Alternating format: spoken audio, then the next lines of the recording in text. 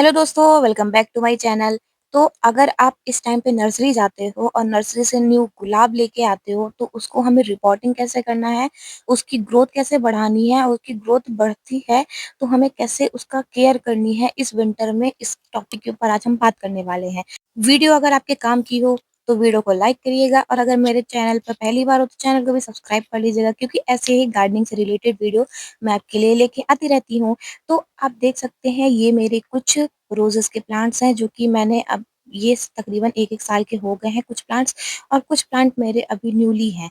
यानी जो अभी जनवरी या फरवरी का मंथ होता है, इसमें ठंड काफ़ी ज़्यादा होती है और जो रोज़ का प्लांट होता है, वो ठंड में बहुत अच्छे से ग्रोथ करता है, बहुत ही अच्छे से डेवलप होता है। तो अगर आप नर्सरी से जाके कोई प्लांट लाना चाहते हो रोज़ का अपने गार्डन में ऐड करने के लिए, हाइब्रिड रोज़ अक्सर, तो आप इस टाइम पे जाके नर्सरी विज़िट करके आप एक जो है अपने घर में रोज़ प्लांट ला सकते हो। अगर आप बिगिनर्स हो, आपने स्टार्टिंग में अभी गार्डनिंग स्टार्ट की है, रोज़ प्लांट आपको ऐड करना है, तो आप नर्सरी में जाके पहले यही पूछिएगा कि जो कम केयर वाले रोज़ प्लांट होते हैं, आप उनको ही लीजिएगा। क्योंकि कभी-कभी जो कुछ रोज़ प्लांट्स होते हैं, उन्हें हम नर्सरी से लेके आते हैं, लेकिन वो मर जाते हैं। मर क्यों जाते हैं? क्योंकि उनकी केयर तो हम अच्छे से करते हैं, लेकिन वो जो रोज़ प्लांट होते हैं, वो हमारे गार्डन में अच्छे से सेट नहीं हो पाते हैं, क्योंकि उनकी जैसे मिट्टी चाहिए होती है, उन्हें कैसी केयर चाहिए होती है, ये चीज़ हमें पता नहीं होती है।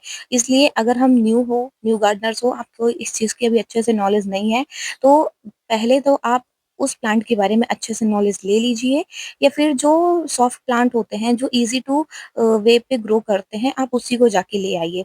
ये तो चीज़ थी फर्स्ट चीज़। नेक्स्ट चीज़, आपको रिपोर्टिंग करते टाइम एक चीज़ का ध्यान रखना है, जो मिट्टी हो, वो भुसभुसी हो। आप गुलाब के प्लांट को प्लास्टिक पॉट में स्टार्टिंग में ना लगाएँ तो ही सही रहेगा। अगर आपके पास मिट्टी का पॉट है तो सबसे सही, अगर मिट्टी का पॉट नहीं है तो आप सीमेंट के पॉट में इसको लगा सकते हो। सीमेंट के पॉट में बहुत अच्छे से ग्रो होता है और बहुत ही सुंदर से ये जो प्लांट है हमारे चलते हैं। अगर बात करें प्लास्टिक के पॉट में, तो प्लास्टिक के पॉट में भी चलते हैं, लेकिन जो न्यू गार्डनर्स होते हैं, प्लास्टिक के पॉट में उनसे गलती हो जाती है कि अगर प्लास्टिक के पॉट में हमारा ड्रेनेज सिस्टम सही नहीं है तो वो खराब हो जाता है, लेकिन जो मिट्टी के पॉट होते हैं, सीमेंट के पॉट होते हैं, उसमें ऑलरेडी आपको ड्रेनेज जो है किया हुआ रहता है, तो हमें ज़्यादा सेफली रहता है। और अगर पानी थोड़ा ज़्यादा हो गया, तो हमारा जो मिट्टी का पॉट होता है, वो अपने अंदर एब्ज़ॉर्ब कर लेता है या फिर पानी को बाहर निकालने में हेल्प करता है। लेकिन जो प्लास्टिक का पॉट होता है, वो ये चीज़ नहीं करता है। इसलिए पॉट चूज़िंग भी एक बेस्ट ऑप्शन होता है, अगर आप अभी न्यू प्लांट रिपोर्ट कर रहे हैं तो। एक चीज़ और, इनकी हमें मीडिया कैसी लेनी है? तो जो मीडिया होती है, वो आपको थोड़ी सॉफ्ट मीडिया लेनी है। मीडिया की अगर बात करें, तो ऐसी मीडिया लीजिएगा, ऐसी मिट्टी लीजिएगा जिसमें पानी ज़्यादा टाइम तक लॉक ना हो, या फिर मिट्टी जो है एकदम पत्थर जैसी हार्ड ना हो जाए। अगर आपके पास ऐसी मिट्टी है, तो सबसे सिंपल, सबसे सस्ता जो हमारा मिट्टी बनाने का प्रोसेस है, आपको कोई महँगी चीज़ या फिर मार्केट से कुछ भी लाने की ज़रूरत नहीं है। आपके पास कंपोस्ट होगा कोई, काऊ डंग कंपोस्ट आजकल हर गार्डनर के घर में होता है, या फिर जिसको हम गोबर की खाद बोलते हैं। आपको 30% गोबर की खाद ले लेनी है, 50% आप मिट्टी ले सकते हो और इसमें 20 टू 30% सैंड मिला सकते हो आप।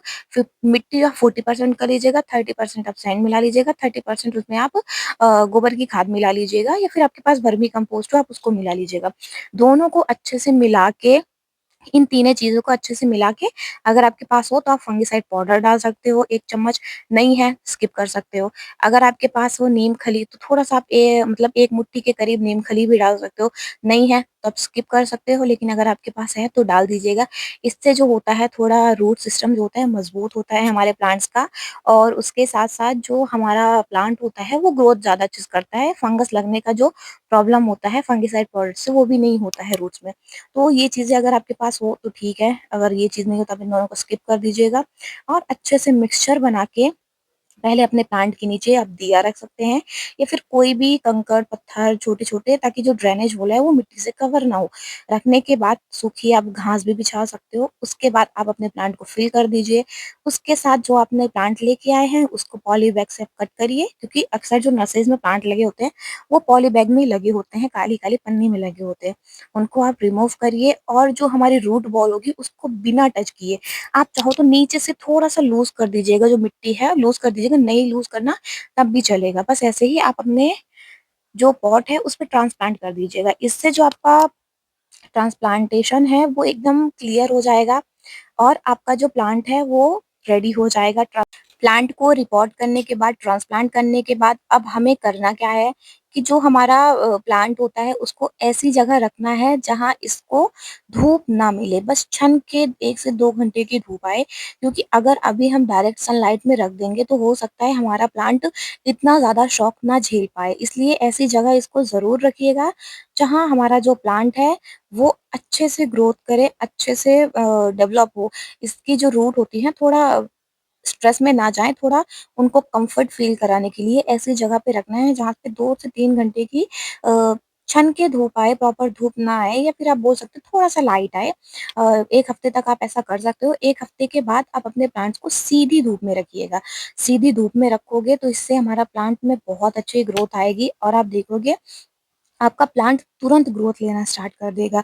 जो अक्सर रोज़ प्लांट होते हैं, इनकी जो नीचे रूट्स होती हैं, इनकी जो फर्स्ट रूट रूट होती है, उसको हमें मैच्योर करना होता है। हमें एक ऐसी मतलब फीडिंग देनी होती है जिससे इनका जो नीचे का रूट्स होते हैं, रूट सिस्टम वो मज़बूत हो। क्योंकि इनका जो रूट सिस्टम होता है, उसी के बेस पे जो रोज़ होता है वो ग्रो होता है, वो अच्छे से डेवलप होता है।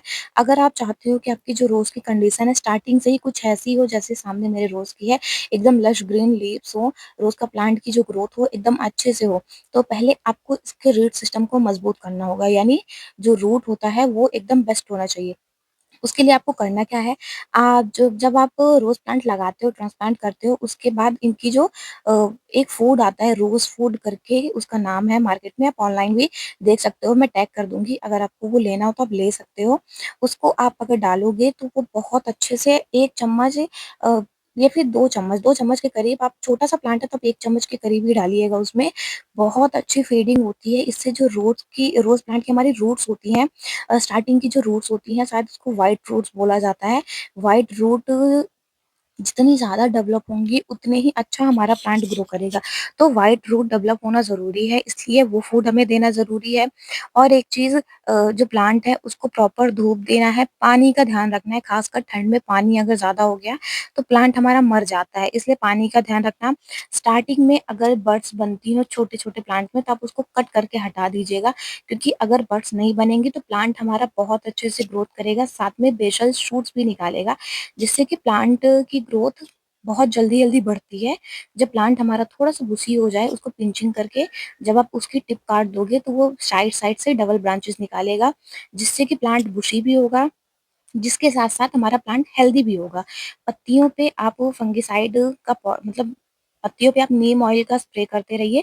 5 एमएल के करीब नीम ऑयल आप 1 लीटर पानी में डाल के इसके ऊपर स्प्रे करिए, ताकि इस पे कोई इंसेक्ट ना लगने पाए। अगर एक बार इंसेक्ट्स लग जाता है, तो हमारा प्लांट की जो एनर्जी होता है वो पूरा अपने अंदर खींच लेता है। जो पत्तियाँ इतनी शाइनी आपको दिख रही हैं, वो नहीं दिखती हैं, क्योंकि इसकी जो एनर्जी होती है वो हमारे पत्तियों में रह ही नहीं जाती। तो 15 से 20 दिन में इसमें डेली स्प्रे करिए, और अगर आपको लगता है कि कोई इंसेक्ट लग गया है, तब आपको हर दूसरे दिन करना है, ताकि जो इंसेक्ट लगा है वो खत्म हो जाए, हमारी पत्तियों से वो हट जाए, हमारी पत्तियाँ जो है एकदम सेफ हो जाएँ।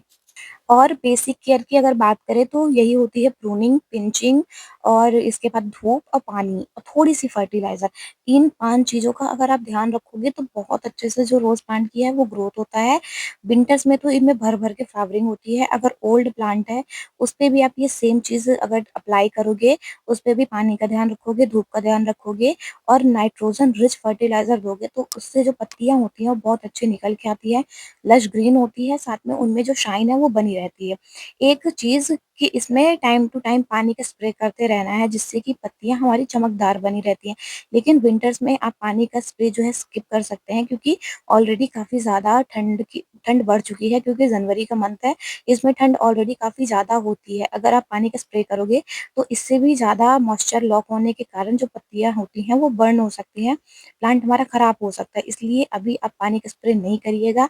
लेकिन फरवरी के बाद से यानी मार्च से लेके पूरा हमें नवंबर तक इसमें पानी का स्प्रे कंटिन्यू अपने प्लांट्स पे करना है, जिसपे इनकी जो पत्तियाँ होती हैं वो भी एकदम लश ग्रीन होती हैं। साथ में जो हमारा प्लांट होता है वो बहुत अच्छे से ग्रोथ करता है। तो नॉर्मल मिट्टी में भी लगा के आप अपने प्लांट्स को ग्रो कर सकते हो, ज़रूरी नहीं है कि आप हैवी फीडिंग दो। अगर आप रोज़ प्लांट का जो फर्टिलाइज़र है वो नहीं खरीदना चाहते हो, तो नॉर्मल आपका जो घर में लिक्विड फर्टिलाइज़र आप बना के दे सकते हो। जैसे ऑनियन पील हो गया, बनाना पील फर्टिलाइज़र हो गया, या फिर आप मस्टर्ड केक फर्टिलाइज़र दे सकते हो, सूखा दे सकते हो, डीएपी दे सकते हो। काफ़ी सारे ऑप्शंस होते हैं हमारे पास रोज़ प्लांट में देने के लिए, अगर आप मार्केट से खरीद के नहीं लाना चाहते हो तो। लेकिन अगर आप एक बार खरीद लोगे तो काफ़ी ज़्यादा आपके प्लांट्स के लिए वो काम करेगा। बहुत अच्छा मतलब इसकी ग्रोथ होती है हमारे प्लांट्स में, और ज़्यादा महँगे भी नहीं आते हैं। 100-200 का एक पैकेट आप लोगे, तो जो आपके 1-2 प्लांट है उनमें तो आप सालों चला सकते हो और भर-भर के फ्लावरिंग ले सकते हो। आशा करती हूँ वीडियो आपको अच्छी लगी होगी, इन्फॉर्मेटिव लगी हो तो वीडियो को लाइक करिएगा, चैनल को सब्सक्राइब कर लीजिएगा, और अगर कुछ भी क्वेश्चन होंगे आपके तो आप मेरे से कमेंट बॉक्स में पूछ सकते हैं, मैं ज़रूर रिप्लाई करूँगी। Happy gardening, bye bye.